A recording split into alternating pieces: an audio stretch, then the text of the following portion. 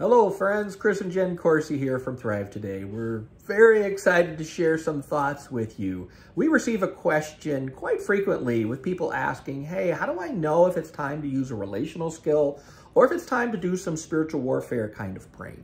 And that's a very common question, and we thought we would just take a few moments and talk about that for a moment.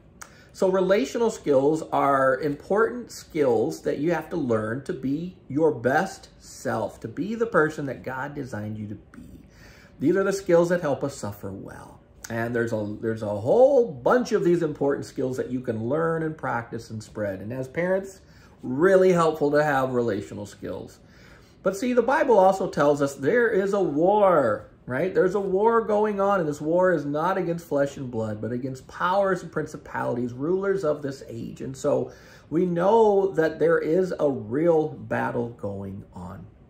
And we also know that Jesus said that he's given his people, Christ followers, the authority to trample on snakes and scorpions and overcome all the power of the enemy, that nothing shall harm us.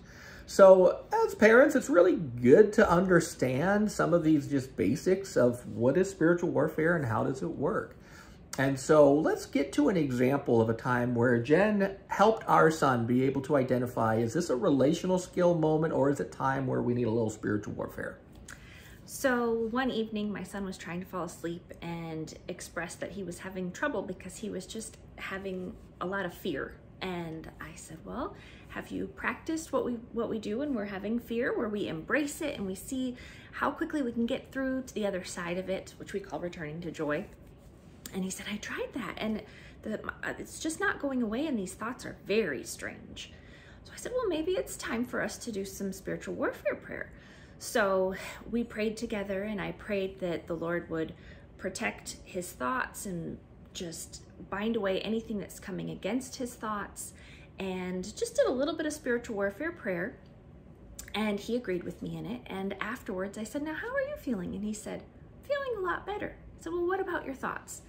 And he just got this smile on his face, and he told me he was starting to think about some of his favorite foods, and I could tell it was just kind of a cozy thought, and very quickly he drifted off to sleep.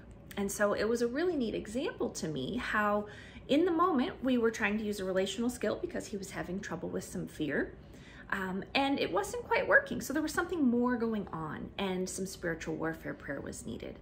Now on the flip side, sometimes we're trying to use spiritual warfare prayer perhaps to make fear go away, and it's not going away, or it keeps coming back, and maybe it goes away for a few seconds and it keeps coming back.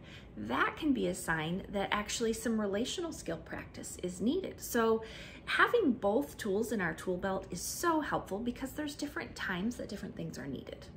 And you know what, for many of us, Hollywood has defined what spiritual warfare is, and that is not a good thing. So it's very helpful to understand some of these basic things. And notice Jen did not wrestle a demon down to the floor. Nothing like that. She simply used the authority that Jesus has given her as a Christ follower.